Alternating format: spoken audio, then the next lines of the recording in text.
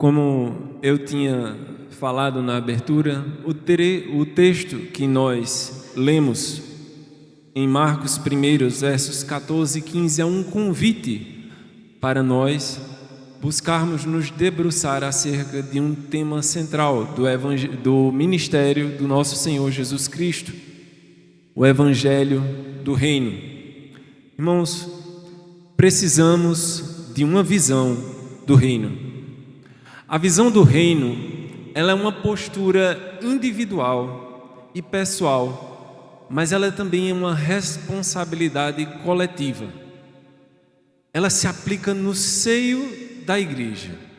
A visão do reino é nós buscarmos alinhar os nossos objetivos, as nossas ações, como povo de Deus, para estar em consonância, concordando com os objetivos, o propósito do próprio Deus. Ela é fundamentada naquilo que foi entregue para nós como revelação especial de Deus, infalível, inerrante, eterna, inspirada. Jesus, ele anuncia então na sua palavra: o tempo está cumprido e o reino de Deus está próximo. Arrependei-vos e crede no Evangelho. Precisamos de uma visão do reino. Quando paramos para pensar acerca do ministério de Cristo, nos vem uma pergunta que muitas vezes nos passa despercebido. Qual era a pregação de Jesus? O que é que Jesus anunciava? Que evangelho era esse que ele falava? Quando nós falamos em evangelho, rapidamente vem na nossa mente o evangelho da cruz, que todo cristão sabe muito bem, que Jesus morreu em nosso lugar e para que nós fôssemos reconciliados com Deus. Mas Jesus ainda não havia sido morto. A redenção, ela ainda estava em curso, ela não havia sido completada ainda, de um período do seu ministério. O que é que Jesus pregava? E os evangelhos nos dão a resposta. Ele proclamava o reino de Deus. E nisso consistia o centro das suas pregações, das suas parábolas, dos seus ensinos. E se era algo tão caro ao nosso Senhor, devemos buscar compreender os fundamentos da sua mensagem. E como o centro deste evangelho, anunciado por todo o Antigo Testamento, agora torna-se real na pessoa de Jesus Cristo, quando ele fala: o tempo está cumprido. Torna-se imperativo, então, tornar conhecido aos homens aquilo que fez Deus se humilhar e, por amor a nós, se entregar para conquistar por nós o reino de Deus, o tempo da sua manifestação como boas novas para a eternidade. Como todo aquele que está em Cristo, meus irmãos, ele recebe uma nova vida provinda do nosso Senhor Jesus Cristo. O pulsar dessa vida dentro do cristão é o mesmo reino que ele proclama, que ele veio conquistar, e com cetro de ferro ele governa. Então nós meditaremos em 4 aspectos que caracterizam o reino de Deus, de modo que nós possamos amá-lo mais, de modo que possamos reformar nossos caminhos, para que nossas ações, para que nossos objetivos e para que a nossa fé possam estar de acordo com a cidadania que nos foi entregue, a cidadania que foi conquistada para nós pelo Filho, pelo próprio Rei, o nosso Senhor Jesus Cristo. O primeiro aspecto que convém nós pararmos quando nós estamos meditando acerca do reino de Deus seria o que é, afinal, o reino de Deus? O que é o reino? Os evangelhos, irmãos, de Marcos, Lucas e João apresentam o reino da forma que Jesus falava. O reino de Deus ele é apresentado assim, pois todas as vezes que Jesus tratava do assunto, falava o reino de Deus.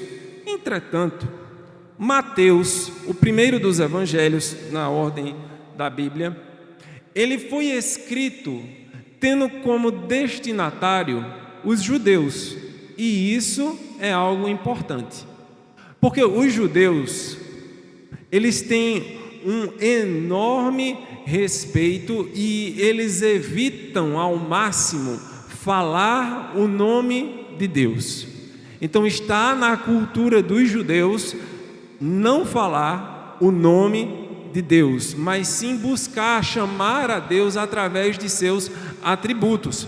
Então Mateus tem o maior cuidado na hora de produzir os seus escritos, que tinha como destinatário este público, e então ele é o único dos evangelhos que não usa o termo reino de Deus, ele vai utilizar a expressão reino dos céus. Fica bastante claro para os leitores a quem e a que Mateus estava tratando quando ele fala reino dos céus. Fica bastante claro que Mateus estava tratando que era do governo dos céus ou do governante dos céus. Mas ao longo do tempo, o livro de Mateus foi lido por várias pessoas e não somente por judeus, de modo que com o passar do tempo acabou causando alguma confusão. E essa confusão que a expressão reino dos céus causou nos leva a pensar que Jesus estava falando sobre ir ao céu. E o reino do céu não é ir ao céu. Jesus não está nos ensinando para irmos ao céu. Perceba que existe uma diferença entre reino no céu e reino do céu. Reino do céu diz respeito indica a procedência do reino, de onde ele vem. Ele vem do céu. Então, este reino, ele não é um lugar, apesar de acontecer em um lugar. Mas antes, ele está tratando, ele está se referindo a um tempo, a um período, a uma era. Esta era é a era de um reinado. O que é um reinado? É um período de governo de um rei. Então, o reino do céu, ou reino de Deus, refere-se ao tempo da chegada de um novo rei. Essa era, meus irmãos, em que nós vivemos, ela está posta no domínio de Satanás. E a Bíblia é bastante clara, e isso por causa do pecado. Observe o que diz o Evangelho de João, o capítulo 5 e o versículo 19.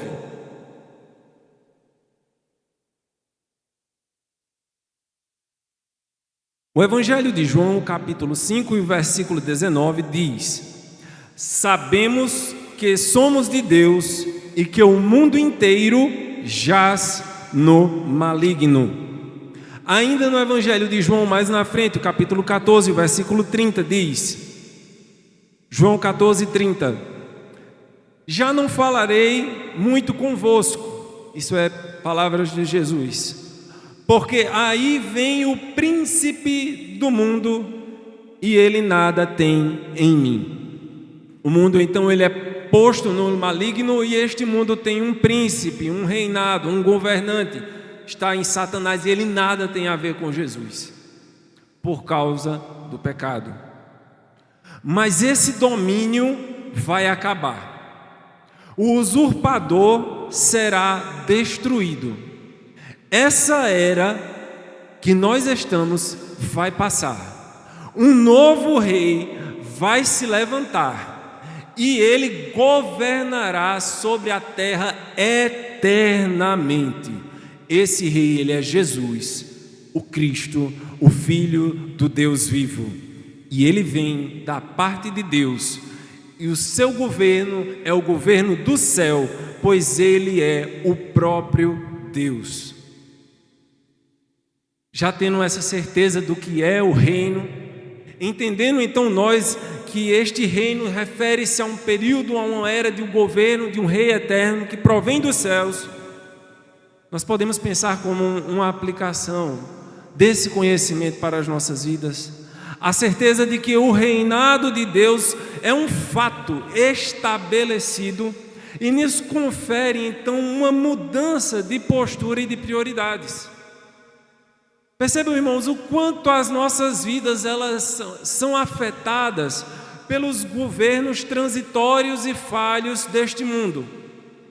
Quanto mal já foi derramado na terra por meio do governo do diabo sobre os homens que são de sua propriedade, escravos do pecado, servos do inferno, agentes contra tudo que se chama Deus. Mas tudo isso será extirpado pelo governo santo e bendito do Rei Eterno. Ele não tolera pecado em seu reino. Reflita então, irmãos, reflita então você que é amigo, que está aqui ouvindo hoje. Quem está governando a sua vida? A que rei você está servindo? O segundo aspecto do reino de Deus seria o tempo desse reino. Você pode me dizer, tá certo, eu acho que eu entendi até aqui o que é o reino de Deus, mas tem uma coisa que está meio confusa, não ficou muito claro. Esse reino é no presente ou ele é no futuro? Bem, a Bíblia, ela nos dá versículos que apresentam o reino de Deus no presente e no futuro. Vamos a alguns exemplos. Eu peço que os irmãos acompanhem comigo o Evangelho de Lucas, o capítulo 17 e o versículo 21.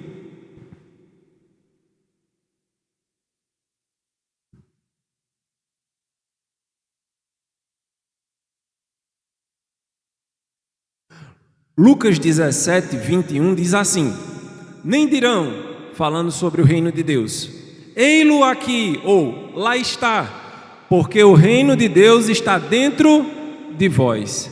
Onde está o reino de Deus? Dentro de nós. Ele se faz então presente. Abram as suas Bíblias em Mateus, capítulo 13, versículo 43. Evangelho de Mateus, capítulo 13 e o versículo 43.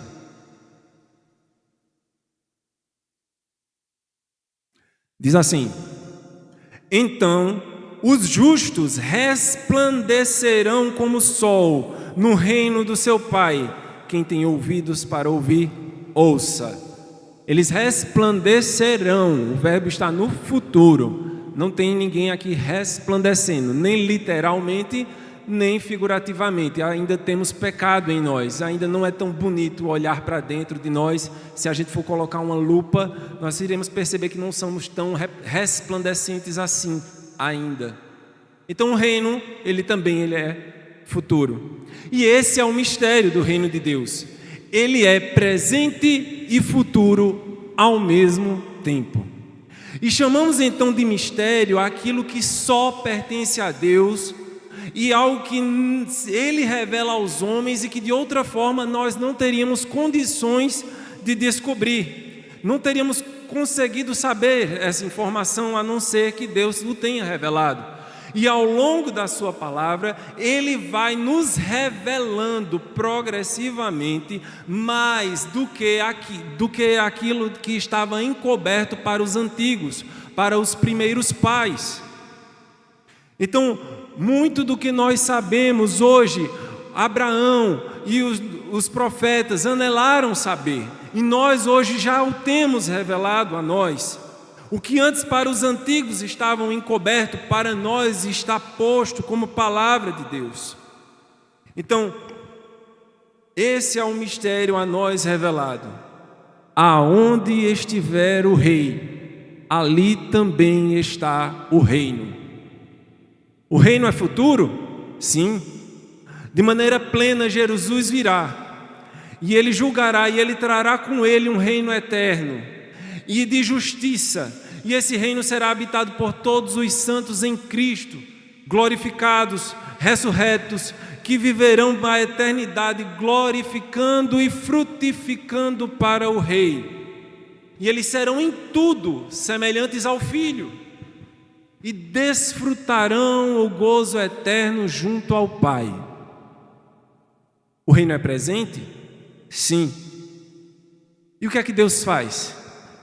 Presta atenção, Deus pega esse rei lá do futuro, esse rei desse reino estabelecido que ainda irá se consumar, e Ele traz esse rei para o presente, para a nossa era, faz ele nascer de uma virgem, e este rei do futuro invade a nossa era, e assim ele começa a anunciar a realidade futura do seu reinado, hoje, na nossa era.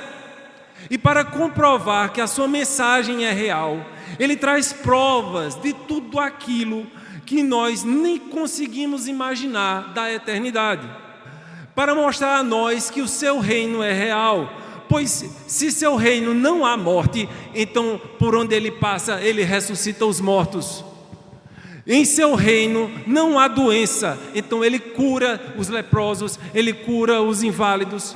No seu reino não há cegos, então ele cura todos aqueles que estão cegos e dá vista a eles.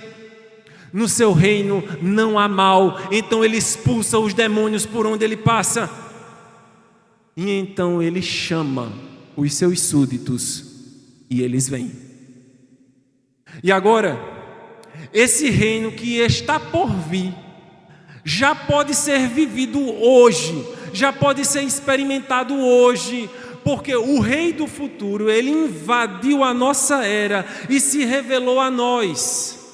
O reino já está entre nós, pois aqueles a quem o rei se revelou já vivem a cultura desse reino. Eles já experimentam hoje as bênçãos, e eles já recebem hoje a autoridade e o poder de um reino que será consolidado eternamente.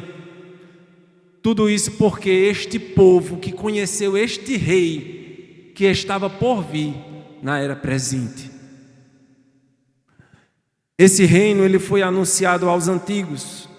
O livro de Isaías, um profeta messiânico, capítulo 29, e o versículo 18 e 19, falando sobre o reino, diz: naquele dia os surdos ouvirão as palavras do livro, e os cegos livres da escuridão e das trevas as verão.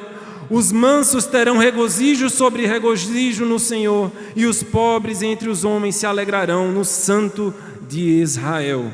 Isaías ainda, o capítulo 35, e os versos 5 e 6.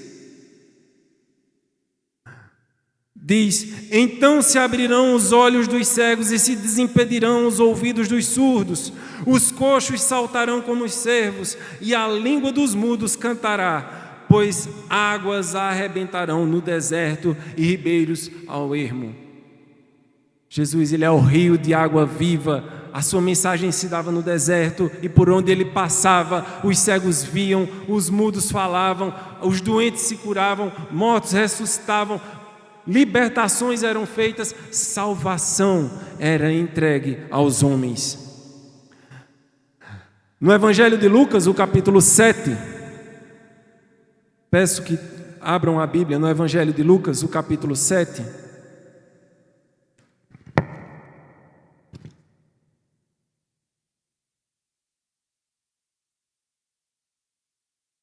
Nós encontramos João Batista, aquele que anuncia a chegada do Messias, e ele então pede que seus discípulos vão de encontro a Jesus Cristo para questioná-lo. Lucas 7,19 diz: enviou-os ao Senhor para perguntar: és tu aquele que estava para vir, ou havemos de esperar outro Messias? Quando os homens chegaram junto dele, disseram: João Batista enviou-nos para te perguntar: és tu aquele que estava para vir, ou devemos esperar outro? Naquela mesma hora curou Jesus muitos de moléstias e de flagelos e de espíritos malignos, e deu vista a muitos cegos. Então Jesus lhe respondeu: ide e anunciai a João o que vistes e ouvistes. Os cegos veem, os coxos andam, os leprosos são purificados, os surdos ouvem, os mortos são ressuscitados, e aos pobres anuncia-lhes o Evangelho. Jesus não precisou dizer, Jesus ele dá prova, Jesus mostra o reino de Deus presente, como Isaías anunciou: quando o reino vier, será assim. Os discípulos chegam: é agora? Jesus diz: olha, vem cá, vê isso e fala a João o que vocês estão testemunhando. Milagres e milagres sem conta, que os evangelhos não detalham. O que Lucas disse, foram muitos, de uma vez só, para dar prova a João da chegada do Messias, para a chegada do reino. Irmãos, o rei entrou em nossa era para conceder cidadania celeste aos que nele creem. Ele estabelecerá no futuro o seu reino, e só entrará nele aqueles que tiverem a cidadania celestial.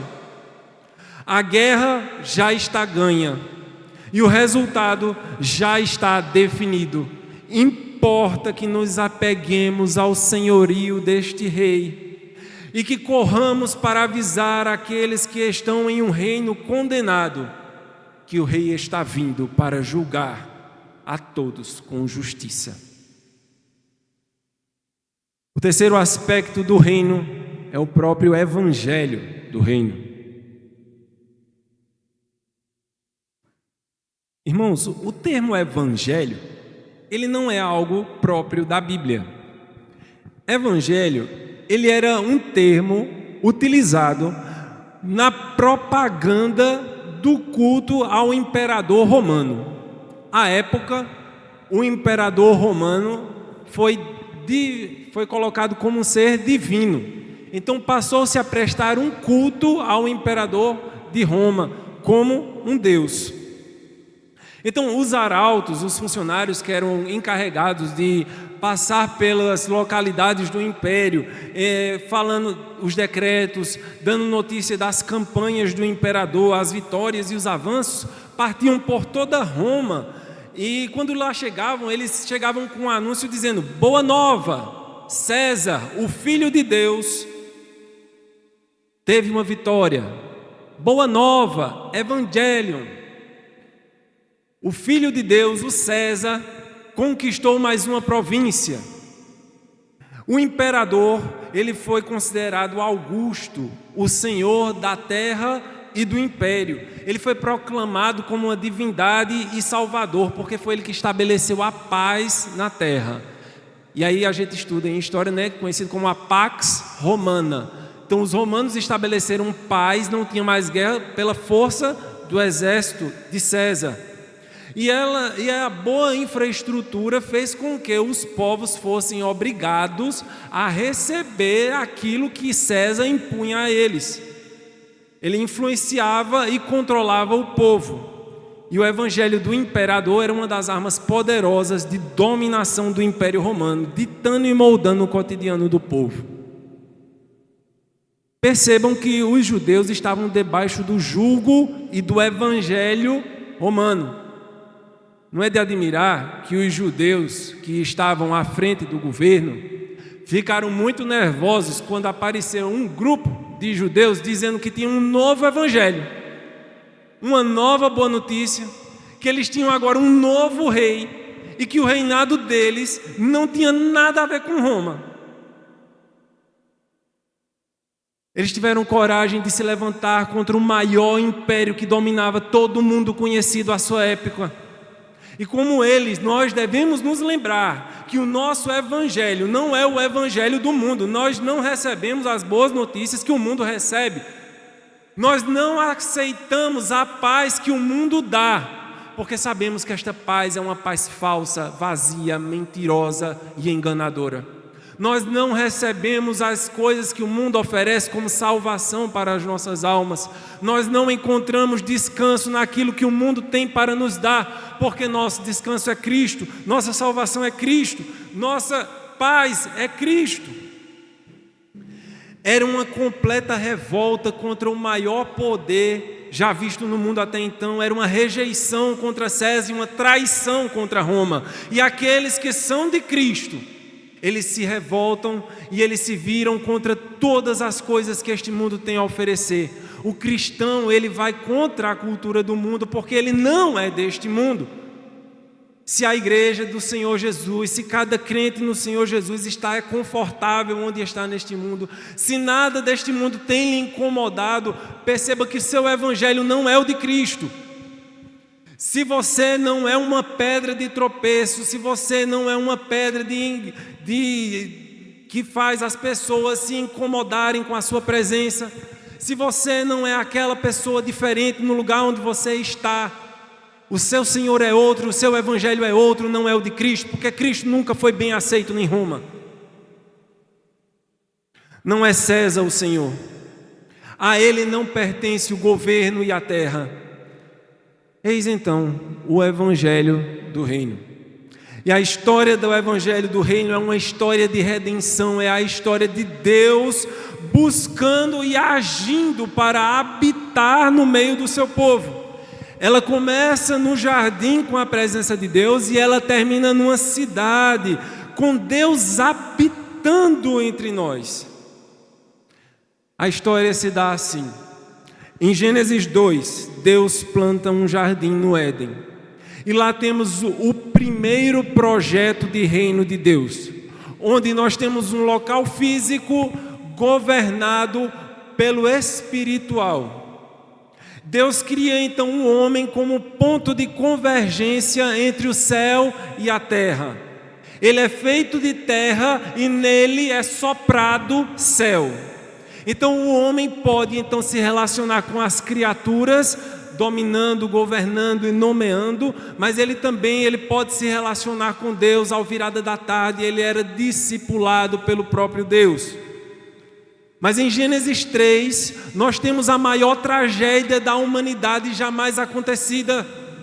Nós temos o pecado causando um divórcio nessa relação. Nós então vemos que perdemos a capacidade de nos conectar com o espiritual por causa do pecado. Nós então morremos para Deus e passamos a viver somente no físico. Passamos a viver somente na matéria e nós não temos mais condições de nos achegar a Deus. E a terra então enche-se de pecado e rejeita o governo dos céus. E a terra passa agora a se autogovernar. E agora o governo da terra nada tem a ver com o governo dos céus, porque agora a terra está cheia de pecado e o céu permanece santo. O homem então ele é expulso de onde há céu. Mas o propósito eterno de Deus permanece o mesmo. Deus deseja habitar entre nós. Então em Êxodo, o reino é mais uma vez manifesto, com Deus mandando Moisés construir um tabernáculo. O que é o tabernáculo?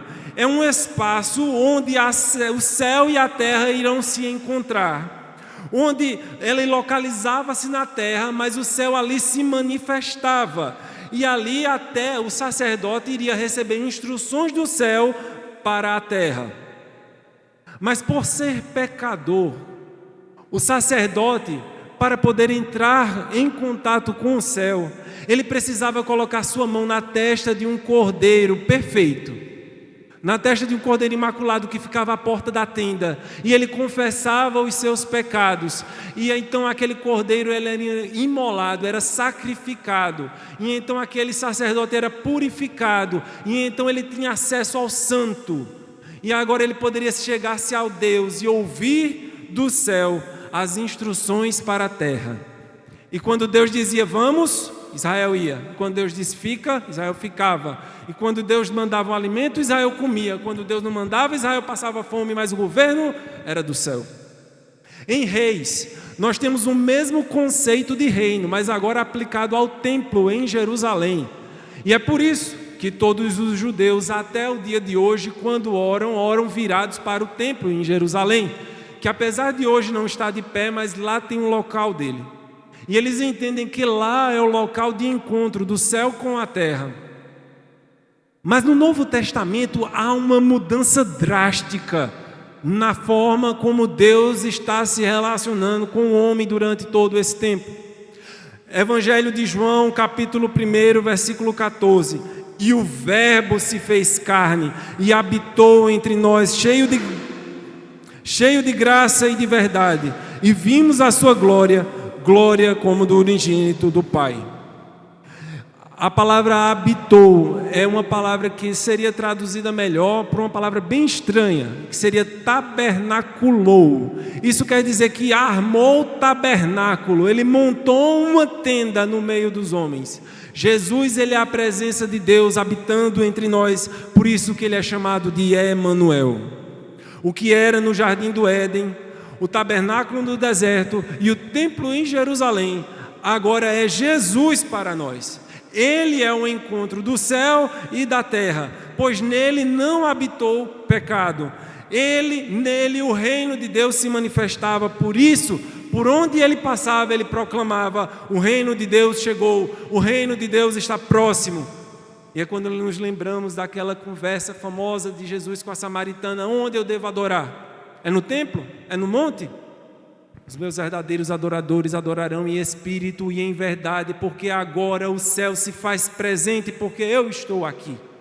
Não necessitamos mais de um local, porque Jesus agora é a manifestação do céu na terra.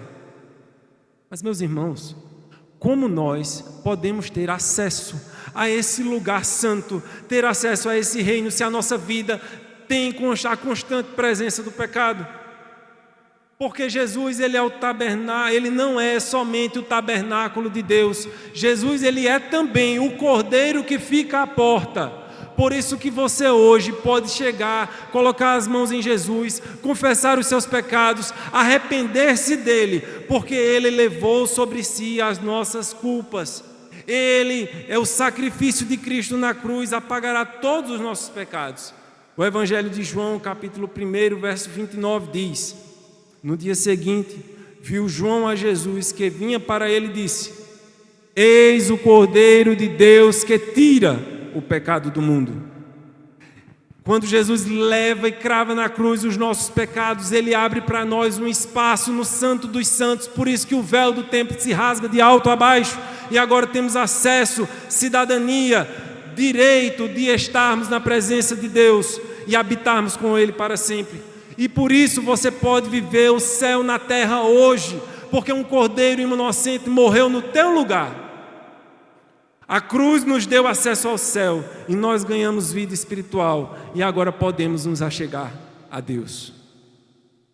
O que nos leva a um quarto aspecto desse reino, que é a manifestação do reino.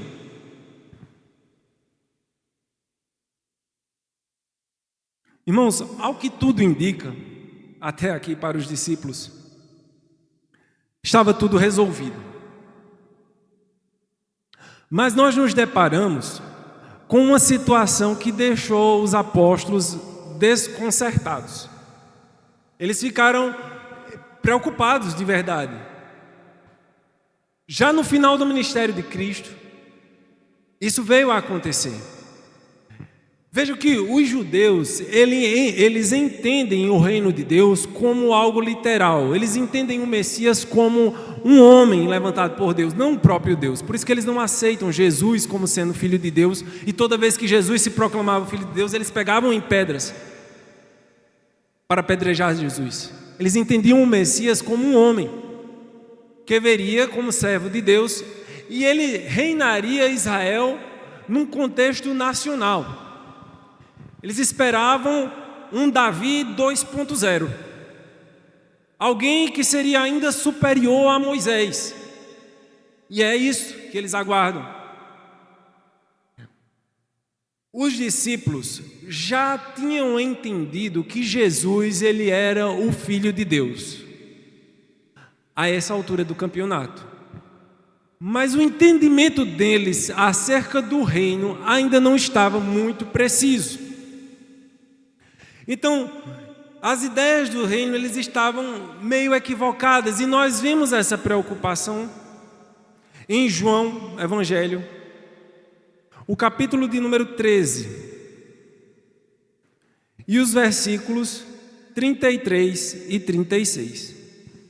33 diz assim: filhinhos, ainda por um pouco estou convosco, buscar-me-eis, e o que eu disse aos judeus, também agora vos digo a vós outros, porque ele já tinha dito em outro discurso dele ao passado: buscar-me-eis, para onde eu vou, vós não podereis ir. Aí Jesus tinha dito isso em um discurso público, e o pessoal ficou sem entender. No discurso de Jesus, o pessoal pensou: ele está pensando em se suicidar? Alguns judeus ficaram pensando: ele tá com umas conversas meio esquisitas aí, como assim? Aí ele repete esse mesmo discurso agora no círculo íntimo deles. Aí ele diz no privado: eu vou para um lugar e vocês não vão poder ir. Jesus está preparando o coração deles, aos discípulos ficar aperreados, porque o Jesus está indo, já estamos aqui na reta final, ele já entrou na entrada triunfal ali, está tudo por reino, está tudo preparado aqui para o reino. A gente deixou as nossas famílias, a gente deixou os nossos barcos de pesca, as nossas empresas, eu deixei meus empregos, a gente largou tudo para aqui, porque a gente botou todas as fichas no reino. Lembra da mãe de João? Chegou lá: Senhor, quando o seu reino vier, bota meus filhos aqui, ó, direita e esquerda, arruma aqui, ó, um lugar para eles aqui no ministério Ministério de Obra, Ministério da Educação, bota eles aí, ó, para trabalhar, eles têm um lugar de importância. O pessoal estava com uma visão ainda errada do reino de Deus. E aí os discípulos ficam: peraí, como é assim, o senhor vai embora? Vê o que diz o versículo 36. Perguntou-lhe Simão Pedro: Senhor, para onde vais? Vai para onde, Senhor? Como assim? Está tudo pronto aqui. A gente não tinha um reino aqui para colocar em vigor? Respondeu Jesus: para onde vou, não me podes seguir agora. Mais tarde, porém, me seguirás. Aí Pedro, né? Continua a história com Pedro sendo Pedro, né? Como a gente conhece. Mas Jesus já começa a preparar o coração dos discípulos, dizendo que não vai acontecer da forma como eles pensavam. O reino não vai chegar de uma vez ali na primeira vinda do Senhor. Ele tinha algo muito maior preparado. Ele vai embora, então como é que fica o reino? Eu convido vocês a abrir um pouco mais na frente, no capítulo 16 do Evangelho de João. O capítulo 16 e o versículo 7 em diante, eu vou ler aqui na Nova Versão Transformadora, porque eu acredito que chegou próximo da intenção do autor no texto. Ela diz assim: mas na verdade é melhor para vocês que eu vá. Na Almeida está lá: convém. Mas a intenção realmente seria, o mais próximo seria: é melhor que eu vá. É melhor que eu vá. Já pararam para pensar? Nós estamos falando de Jesus. Por que é melhor que ele vá? O que pode ser melhor do que ter um encontro do céu e da terra na presença de nós? O Emanuel na nossa frente. O que é que pode ser melhor do que ter Jesus no nosso meio? Alguém aqui consegue imaginar? O que é que pode ser melhor do que ter Jesus? Já imaginaram Jesus estar sentado aqui? Já imaginou Jesus estar pregando aqui? Que emoção não seria? Como nós não estaríamos nas nuvens? Mas Jesus está dizendo: olha, é melhor que eu vá. E aí ele termina: porque se eu não for, o encorajador, ou como diz na Almeida, o consolador, não virá. Se eu for, eu vou enviar eles para vocês. E quando ele vier, convencerá o mundo do pecado, da justiça e do juízo. Do pecado, porque o mundo se recusou a crer em mim. Da justiça, porque eu voltarei para o Pai e não mais me verão. E do juízo, porque o governante deste mundo já foi condenado. Meus irmãos, só tem uma coisa melhor do que ter Jesus ao nosso lado, é ter Jesus em nós. Jesus, ele está falando: eu vou sair da frente de vocês e agora eu vou habitar em vocês. Vocês agora não vão ouvir mais as palavras nos seus ouvidos, agora as minhas palavras vão sair da sua boca. As palavras de Jesus agora não estarão nos nossos ouvidos, mas nas nossas bocas. E aí é quando eu me deparo com os meus irmãos, quando eu me chego para Vitor, quando eu me chego para Benedito, quando eu chego para Meire, e eu escuto da boca deles palavras do meu Senhor. É quando Jesus ele está falando: olha, eu não vou fazer mais milagres para vocês, mas eu vou fazer milagre através de vocês. Vocês agora vão ser aqueles que vão conduzir este reino aqui na terra pela presença minha, habitando dentro de vocês. Ah, isso sim, é muito melhor. E é Jesus que então nos diz que este reino de Deus ele é manifesto, mas agora não só no jardim. Este reino não é manifesto mais no tabernáculo. Este reino não é mais manifesto no templo. Este reino agora não é mais manifesto nem na presença de Jesus. O reino agora ele é manifesto na igreja. Onde, meus irmãos, os céus e a terra se encontram? Aqui. Aqui nós experimentamos as bênçãos do reino por vir. Aqui nós experimentamos a salvação eterna já. Aqui nós temos a comunhão que provém de Deus. Aqui nós temos o amor. É nas pessoas que formam a igreja que nós achamos Emanuel. É aqui nas pessoas salvas e remidas que Jesus resolveu entregar a chave do reino. A chave para o céu encontra-se no povo que ele deixou aqui na terra para ser suas testemunhas. Você já parou para pensar que você é um portador do reino de Deus? Que você tem a chave do reino de Deus e sabe como acessar este reino e sabe como viver para sempre, e está em suas mãos o proclamar desse reino para aqueles que ainda estão perdidos nesta era entregue às trevas. E assim como Jesus proclamava na Galileia dos gentios, cabe a nós anunciar em Cupira, em Pernambuco, no Nordeste, no Brasil, no mundo inteiro, que o reino já está entre nós, porque o Rei do futuro, ele se revelou. Então arrependam-se e creiam, porque este Rei, ele virá, e ele virá para estabelecer o seu reino eterno, e ele reinará entre nós. Evangelho de Mateus, o capítulo 25, os versículos 31 a 34 dizem assim. Evangelho de Mateus, capítulo 25. Versos de 31 a 34.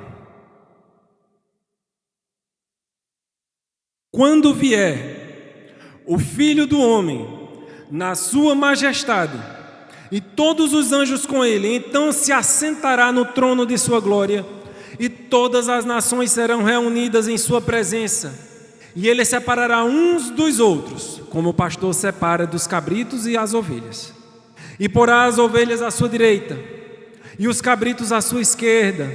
Então dirá o rei aos que estiverem à sua direita: vinde, benditos de meu Pai, entrai na posse do reino que vos está preparado desde a fundação do mundo. O versículo 41 vai dizer: então o rei dirá também aos que estiverem à sua esquerda: apartai-vos de mim, malditos, para o fogo eterno, preparado para o diabo e os seus anjos.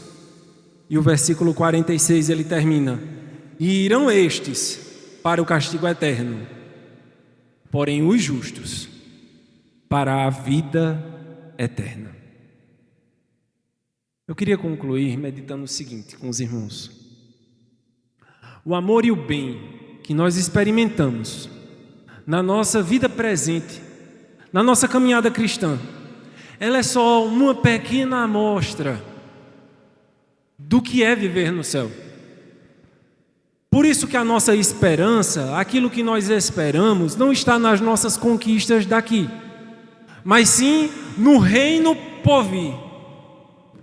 Apocalipse 22, 20 diz: aquele que dá testemunho destas coisas diz: certamente venho sem demora. Amém? Vem, Senhor Jesus. Nós aspiramos o Rei governando a nova terra, e Ele já não tarda, como Ele mesmo avisou no Evangelho de Mateus, o capítulo 24 e o versículo 37, quando diz: pois assim como foi no dia de Noé, também será a vinda do Filho do Homem. Porquanto, assim como nos dias anteriores ao dilúvio comiam e bebiam, casavam e davam-se em casamento, até o dia que Noé entrou na arca, e não o perceberam, senão quando veio o dilúvio e levou a todos. E assim será a vinda do Filho do Homem. Jesus está descrevendo uma sociedade em que o foco é comer e beber. Ele está chamando a atenção que o centro, o foco, o objetivo dessa sociedade era o ventre, ou seja, eles buscavam o próprio prazer. Ele está descrevendo uma sociedade hedonista, que busca o prazer acima de todas as coisas, que é capaz de passar por cima de tudo, que é capaz de qualquer desgraça, contanto que ele esteja bem. Ele é capaz de abrir qualquer mão de qualquer coisa e cometer os piores crimes para que ele esteja bem. Jesus descreve uma sociedade em que as pessoas casavam e se davam em casamento, depois casavam de novo e se davam em casamento mais uma vez. Jesus está descrevendo uma sociedade adúltera, pornográfica, pecaminosa, uma sociedade onde o padrão principal de comportamento é a quebra da aliança.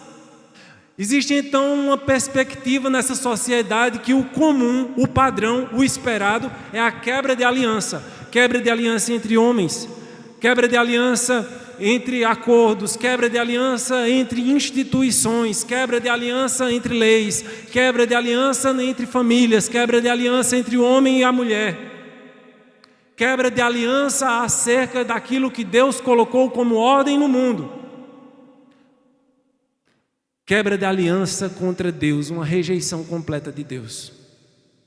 Será que quando a gente olha para essa sociedade pintada por Jesus, a gente não reconhece algum padrão próximo daquilo que nós estamos vivendo? Nos últimos tempos,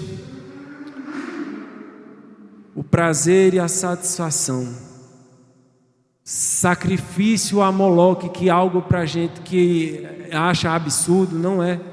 Nos nossos dias nós vemos crianças sendo sacrificadas nos ventres das próprias mães por espontânea vontade das mães.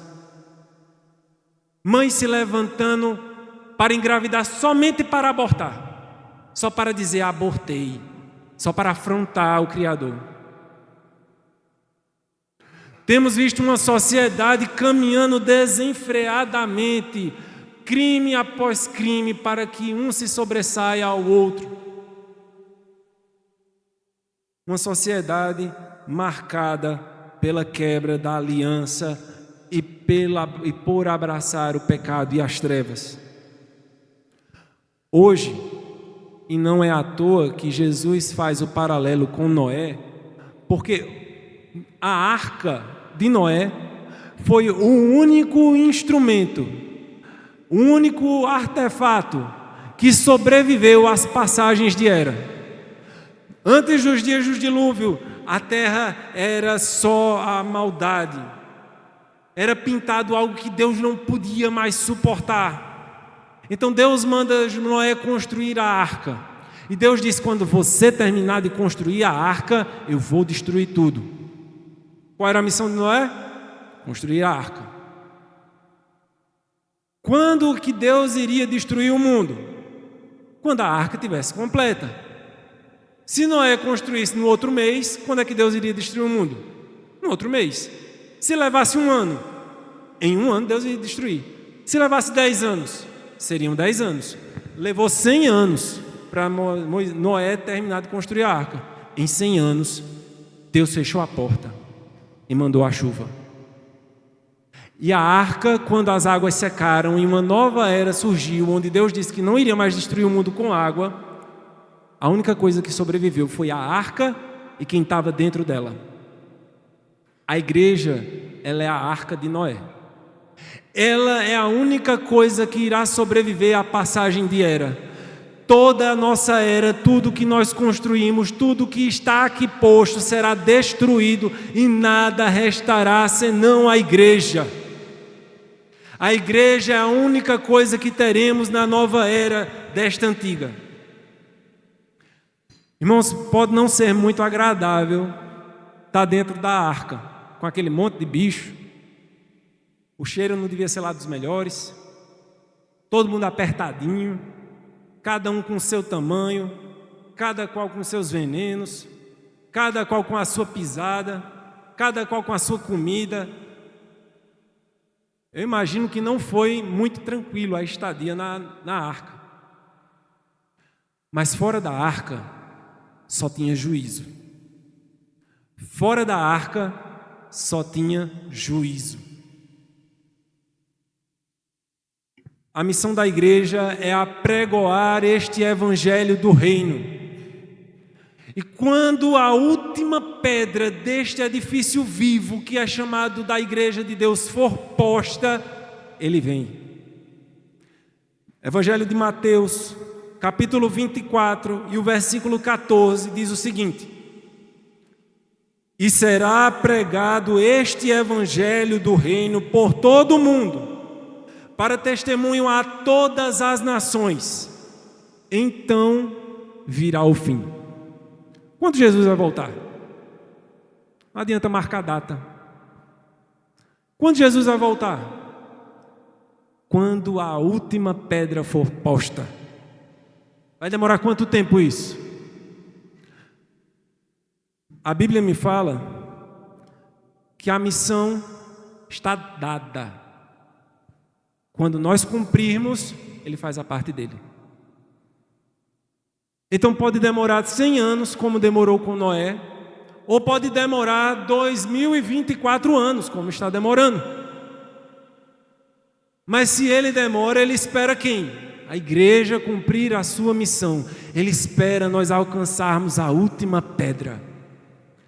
E nós não podemos utilizar deste evangelho para alimentar somente a nós mesmos. Não podemos pegar este evangelho para nós nos satisfazermos, para nós nos banquetearmos e esquecer que apesar de nós iremos viver num reino eterno de bonança, aqui ainda estamos na labuta, na batalha, na guerra. Apesar do resultado já estar definido, nós ainda temos uma missão a ser cumprida.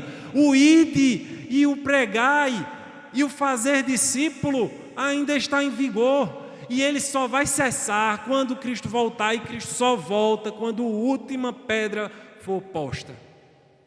Quando a última alma for salva. Quando a igreja cumprir sua missão. Aqueles que verdadeiramente creem nisso, concentram todos os seus esforços naquilo que vai passar de uma era para outra. Que são o quê? Pessoas resgatadas de um século, de uma era perdida para um reino eterno. Onde deveria estar todo o foco e concentração dos crentes? Nas pessoas, na urgência que nós temos da volta desse rei, na urgência que nós temos de perceber a gravidade para onde aqueles que não têm este rei como seu soberano estão caminhando, para um reino condenado. O propósito de Deus é habitar entre um povo santo, resgatado do império das trevas para o reino do Filho do seu amor. E através desse povo agir nessa era, até que ele venha e reine para sempre conosco. Eu queria convidar a igreja a abrir comigo o livro de Apocalipse, para nós encerrarmos. O capítulo 22.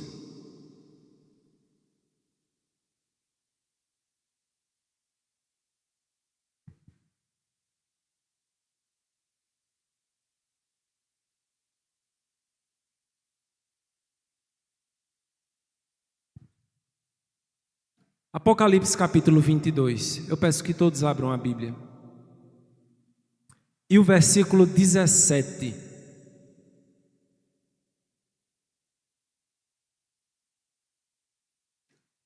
Apocalipse 22, 17 diz assim: o Espírito e a noiva dizem: aquele que ouve, diga. E aquele que tem sede, venha. E quem quiser, receba de graça a água da vida. Maranata. Amém. Amém.